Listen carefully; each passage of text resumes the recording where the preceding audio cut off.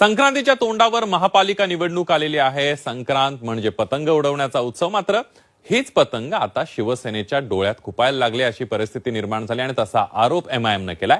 संभाजीनगरात शिवसेनेला एमआयएमचं आव्हान आहे आणि एमआयएमचं चिन्ह आहे पतंग आणि त्यामुळे यातून प्रचार होऊ शकतो, म्हणून पतंग या निवडणूक चिन्हाला गोठवण्याची मागणी शिवसेनेने केली आहे।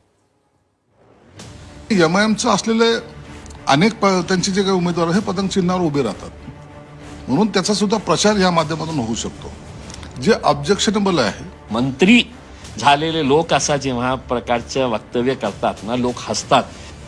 एमआय पक्षाच्या पतंग चिन्हावरून छत्रपती संभाजीनगरमध्ये मोठा वाद निर्माण झालाय। राज्यात महानगरपालिका निवडणुकीचं बिगुल वाजलं, मात्र या निवडणुकीच्या धामधुमीमध्येच पतंगावर संक्रांत आली आहे। शिंदेच्या शिवसेनेनं एमआयएमच्या पतंग चिन्हाला विरोध केलाय। पतंग चिन्हाला विरोध करण्यामागचं कारणही तेवढंच गमतीशीर आहे। छत्रपती संभाजीनगरमध्ये सर्वच राजकीय पक्षांसमोर एमआयएमचं आव्हान आहे। ऐन संक्रांतीमध्ये महापालिका निवडणूक आल्यामुळे पतंग चिन्हाचा फायदा एमआयएमला होईल आणि त्यामुळे आदर्श आचारसंहितेचा भंग होईल। त्यामुळे पतंग हे चिन्ह त्यांना देऊ नये अशी विनंती निवडणूक आयोगाला करणार, असं मंत्री संजय शिरसाट यांनी सांगितलं।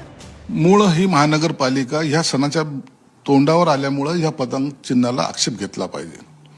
कारण असं आहे की पतंग चिन्ह लावलंय, त्याच्यावर मग उद्या कमळ पण येईल, उद्या धनुष्यबाण पण येईल, उद्या पंजा पण येईल आणि याला कुठं धरबंद असणार नाही। म्हणून आणि हे एमआयएमचं असलेले अनेक त्यांचे जे काही उमेदवार हे पतंग चिन्हावर उभे राहतात, म्हणून त्याचा सुद्धा प्रचार या माध्यमातून होऊ शकतो, जे ऑब्जेक्शनेबल आहे ते चिन्ह देऊ नये असं आमच्या निवडणूक आयोगाला सुद्धा विनंती राहणार आहे आणि त्या संदर्भात आम्ही पत्रही देऊ। आता तुम्ही मागे त्या ओएसीचा व्हिडिओ पाहिला, तुम्ही टाइम संपला आणि त्यांनी सुरू केलं, तो एवढा काही व्हायरल झाला, त्याच्यामुळं मतदानावर परिणाम निश्चित झाला होता आणि तीच स्ट्रॅटेजी ते जर आता वापरायचा प्रयत्न केला तर ते एका अर्थानं आचारसंहितेचा भंग होऊ शकतो। संजय शिरसाट यांच्या या मागणीची इम्तियाज जलील यांनी खिल्ली उडवली। पतंग गोठवायचं असेल तर हातावरची घड्याळ गोठवा, हाताचा पंजा गोठवा, लग्नात वाजणारी तुतारी सुद्धा गोठवा, असं इम्तियाज जलील यांचं म्हणणं आहे। आणि त्यामुळे अशी मागणी करणाऱ्या या मंत्री महोदयांना भारतरत्न द्या असा उपरोधिक टोला सुद्धा इम्तियाज जलील यांनी लगावलाय। आता तुम्ही म्हणता की नाही, मकर संक्रांतीमुळे आमच्या पक्षाचं चिन्ह आहे पतंग। आता पतंग आता मकर संक्रांतीमध्ये महाराष्ट्रामध्ये किती मोठ्या जल्लोषाने हे साजरा होतं, आपण सगळ्यांनी बघितलेलं आहे। मग याचा अर्थ हे होणार आहे का, जे दुसरे पक्षांचं जे चिन्ह आहे, समजा घड्याळ एक पक्षाचं आहे ना चिन्ह, मग इम्तियाज जलीलने काढून ठेवायचं का? संजय शिरसाटांनी एक महिन्यामध्ये कुठल्याही प्रकारची घडीचा वापर करायचा नाही, घड्याला बघायचंच नाही, घरामध्ये पण जी घडी असेल ना ते काढून टाका। हे पंजा कुणाचा आहे का ना, संजय शिरसाटाचा पंजा कापून टाकायचा का की नाही, हे माझ्या हातात नको।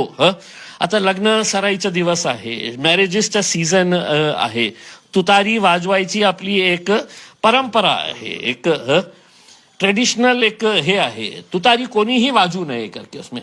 हे अशा प्रकारचे लोकांमुळे आता महाराष्ट्र, आता मंत्री झालेले लोक असा जेव्हा प्रकारचं वक्तव्य करतात ना, लोक हसतात। यावर निवडणूक आयोगाला काय वाटतं हे महत्वाचं, तो निर्णय आयोग घेईल अशी प्रतिक्रिया बावनकुळेंनी दिली आहे। त्यामध्ये निवडणूक आयोगाचे एक मार्ग काढेल, मागणी करणं शिरसाटांनी म्हटलं ते करतील, पण शेवटी निवडणूक आयोगाला काय वाटतं ते त्या ठिकाणी त्यांचे काय बंधने येतील किंवा काय करतील, शेवटी आयोगाचा निर्णय, मी काही याच्यात बोलणार।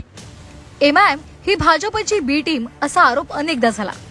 आता शिरसाटांच्या मागणीवरही बावनकुळेंनी सावध भूमिका घेतली आहे। त्यावेळी शिवसेना एकाकी एमआयएम विरोधात भूमिका घेते असं दिसतंय। आता निवडणूक आयोग जो निर्णय घ्यायचा तो घेईल, पण कुणाचा पतंग कापायचा आणि कुणाच्या पतंगाला ढील द्यायची हे मात्र जनतेच्याच हाती आहे। विशाल करोडे, झी 24 तास, छत्रपती संभाजीनगर।